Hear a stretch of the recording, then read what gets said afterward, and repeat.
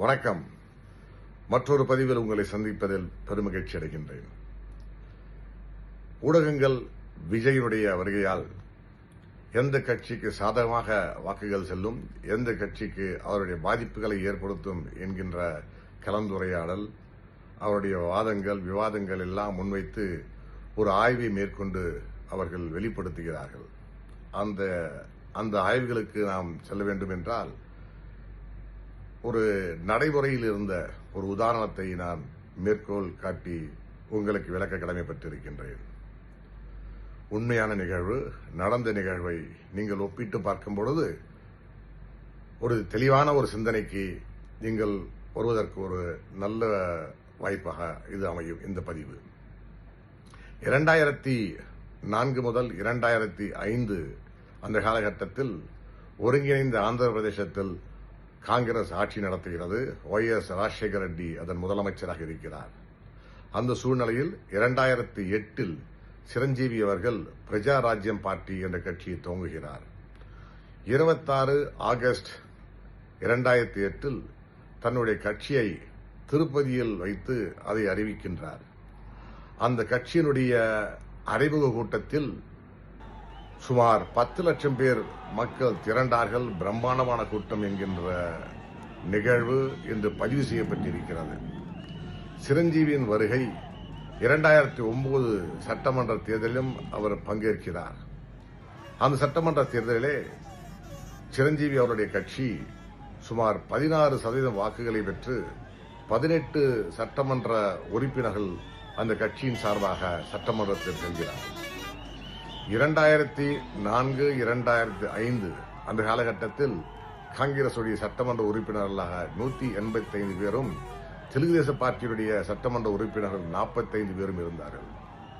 இந்த 2009 தேர்தல் முடிவுகளில் சிரஞ்சீவியின் வருகையின் காரணமாக காங்கிரசுடைய பலம் 185 152 மாறி தெலுங்கு தேசத்துடைய எண்ணிக்கை 45 92 உயர்ந்து காங்கிரஸ் மறுபடியும் ஆட்சி அமைக்கிறது. ஒய்.எஸ். ராஜசேகர ரெட்டி அதன் முதலமைச்சராக பொறுப்பேற்கிறார். இந்த ஒரு உண்மை நிகழ்வுகளை நீங்கள் விஜயின் வருகையை ஒப்பிட்டு பார்க்க வேண்டும். சிரஞ்சீவி அவருடைய கொள்கையின் காரணமாக பலதரப்பட்ட மக்கள் சிரஞ்சீவிக்கு அவருடைய ஃபேன்ஸாக இருந்த காரணத்தால் சிறியவர்கள், பெரியவர்கள், கிராமத்தார், நகரத்தார் அவருடைய நடனத்திற்கும் நடிப்பிற்கும் மிகவும் அவர்கள் சந்தோஷப்பட்டு திரைப்படங்களை எல்லாம் பார்ப்பார்கள். அப்பேற்பட்ட மாபெரும் ரசிகர் கூட்டத்தை பெற்றிருந்தார். அதன் காரணமாக அந்த வெற்றி வாய்ப்பு 16%, 18 சட்டமன்ற உறுப்பினர்கள் கொண்டு அந்த கட்சி ஆட்சி அமைக்க சென்றது. இந்த சூழ்நிலையில் விஜய் அவருடைய விழுப்புரத்தில் அறிவிக்கப்பட்ட அந்த பொதுக்கூட்டத்தில் சுமார் 2 லட்சம் பேர் கலந்து கொண்டதாக கருதப்படுகிறது. விஜய்க்கு இருக்கின்ற கூட்டம் இளைஞர்கள் கூட்டம் என்று சொல்லப்படுகிறது, இளைஞர்கள் கூட்டம் என்று சொல்லப்படுகிறது. நகரத்தாருடைய கூட்டமும் அதிகமாக இருக்கிறது என்று கணக்கிட்டுக் கொண்டால் கூட இந்த தேர்தலில் தமிழகத்தில் 18 வயதிலிருந்து 24 வயதுடைய அவர்களின் எண்ணிக்கை 10% பார்க்கப்படுகிறது. அதில் அவர் குறைந்தது ஒரு 50% எடுத்துக்கொள்ளலாம். ஏனென்றால் அந்த 18 24 உட்பட்ட அந்த வயதுடையவர்கள் திமுகவினுடைய 4வது தலைமுறையும் அண்ணா திராவிட முன்னேற்ற கழக 4வது தலைமுறையும் சார்ந்தவர்களும் கூட இருக்கக்கூடும். அதனால் 5 விழுக்காடுகள் அவர்களுக்கும் மற்ற கட்சிகளுடைய விழுக்காடுகள் 6% எடுத்துக்கொண்டால் கூட சுமார் 11% வாக்குகளை விஜய் பெறுவதற்கான வாய்ப்புகள் உண்டு.